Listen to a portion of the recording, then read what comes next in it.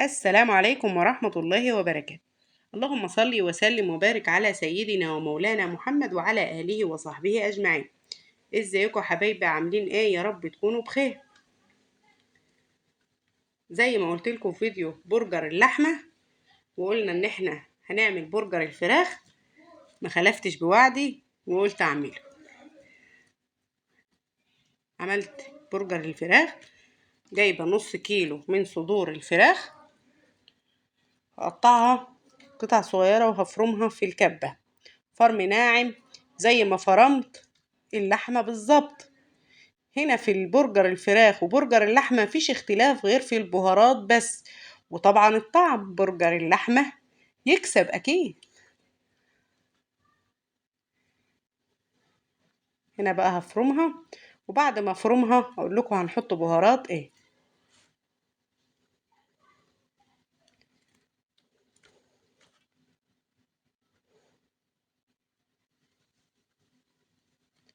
نشغل الكبة بتاعتنا بقى ونبدأ نفرم.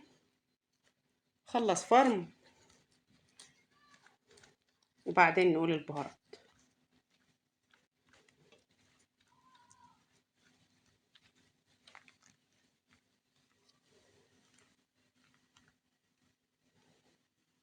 كده خلاص فرمناها. تعالوا بقى نشوف احنا هنحط بهارات ايه. معايا ملح، فلفل اسود، بابريكا، بهارات فراخ، شطة، توم باودر، بصل باودر، معلقتين من الدقيق. كل البهارات اللي قلت عليها دي بحط منها نص معلقة. الملح بس هو اللي بتظبطيه حسب الرغبة بتاعتك. الملح بتظبطيه حسب الرغبة. حط ملح، فلفل اسود، شطة، بهارات فراخ، بابريكا، توم باودر، بصل باودر، معلقتين من الدقيق، ونبدأ نعجن الخلطة بتاعتنا كل الحاجات دي مع بعض.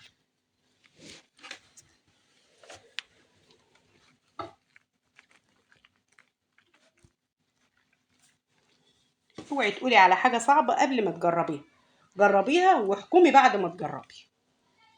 ان شاء الله هتلاقي كل حاجة سهلة وبسيطة، ومش هتبطلي تعمليها في البيت تاني. هتعملي كل حاجة في البيت وكل حاجة من ايدك، وهتطلع احلى واطعم من اللي بتيجي من بره.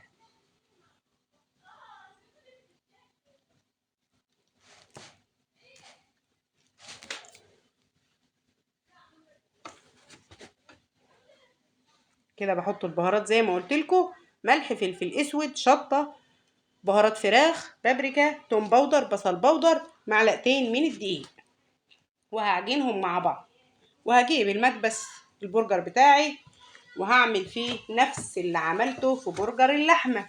كيس هفتحه نصين، احط نصه في المكبس والنص التاني في الصينية او في الطبق اللي هرص فيه البرجر، وهبدأ اقطعها واكبسها بالمكبس. ولو المكبس مش موجود عندك ممكن تستعملي غطا برطمان عادي، او اي حاجة تكون محكمة مدورة كده ومحكمة ان انت تقدري تفردي فيها قطعة اللحمة بتاعتك. تمام كده. اوعي تتوهي مني، خليكي مركزة. كده حلو. اعجنها زي ما قلتلك. خلصت البهارات بتاعتي حطيتها وبدأت اعجن في اللحمة بتاعتي، ان انا بمزج البهارات باللحمة. خلص كله وهنبدأ بقى نقطعها ونكبسها بالمكبس.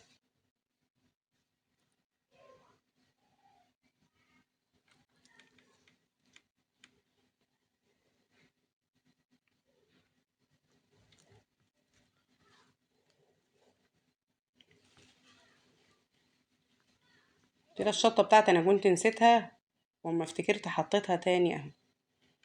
دي اللي اتحطت دلوقتي، دي الشطة. كده تمام.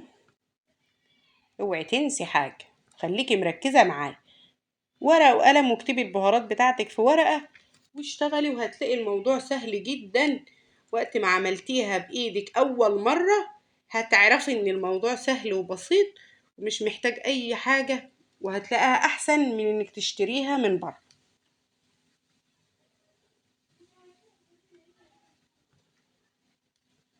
كده تمام. خلصت اهي. بقولك العجينة شوفي بقت جميلة ازاي، متماسكة وحلوة، ما بتفكش ولا بتفروت ولا اي حاجة. ابدأ بقى اقطعها واكبسها بالمكبس.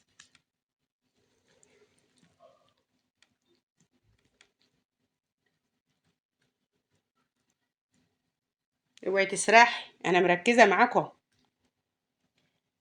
كده بقى اقطعها كلها زي ما انتوا شايفين.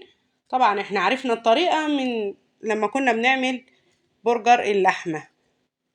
هخلص الكمية بتاعتي وهتشوفيها معايا كلها بنفس الطريقة دي. وتقريبا برضو ده عمل معايا نص 6 قطع تقريبا برضو، مش عارفة 6 ولا 7 بصراحة، بس هو بيتهيألي 6 قطع حلوين يعني. ما شاء الله القطعة حلوة، مش رفيعة ولا حاجة، وبتحمريها متماسكة ما بتفكش ولا أي، جميلة جدا والله. قلتلك قبل كده ما تحكميش على الحاجة من شكلها، جربي وانت تعرفي ان الطريقة حلوة جدا وسهلة جدا وبسيطة، وهتعجبك وهتعجب أولادك كمان. هنا بقى هعمل معاكم كام واحدة كده، وبعدين اخلص الكمية بتاعتي وهتشوفوها بعد ما اخلص.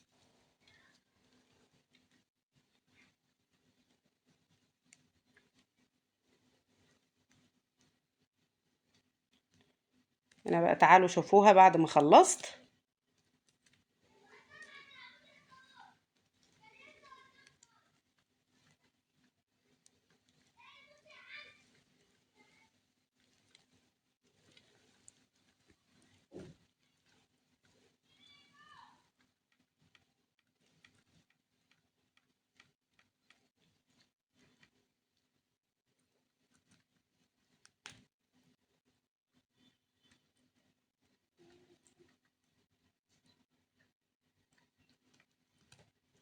هنا خلصت الكمية بتاعتي وتعالوا بقى نحمرها.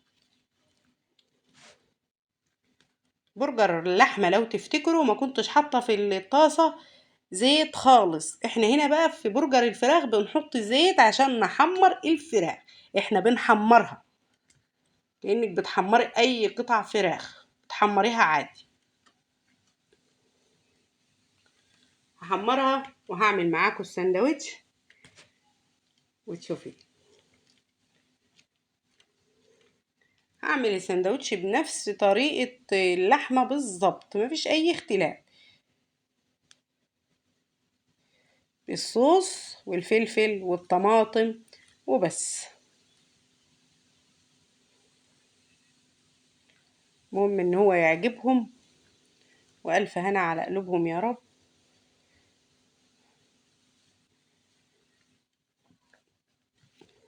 اهو هنا شكله بعد ما خلص.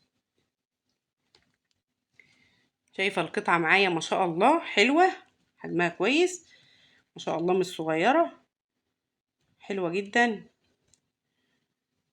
يعني عايزة اقولك ان هي كانت اكبر من الرغيف اصلا.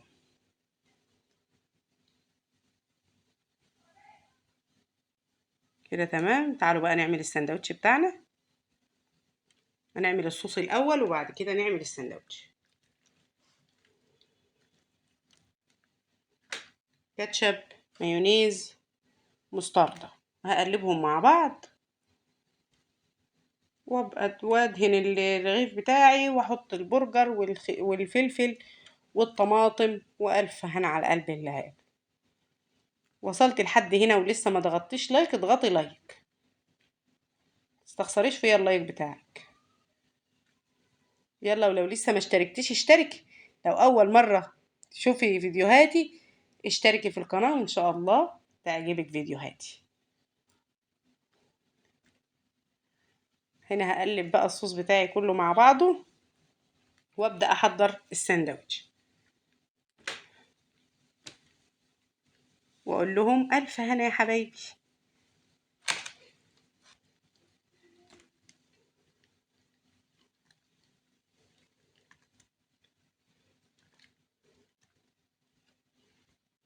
يلا لو ما شفتيش فيديو برجر اللحمة روحي بسرعة وشوفيه، هيعجبك جدا. ولو ما شفتيش فيديو العيش بتاع البرجر برضو روحي بسرعة وشوفيه.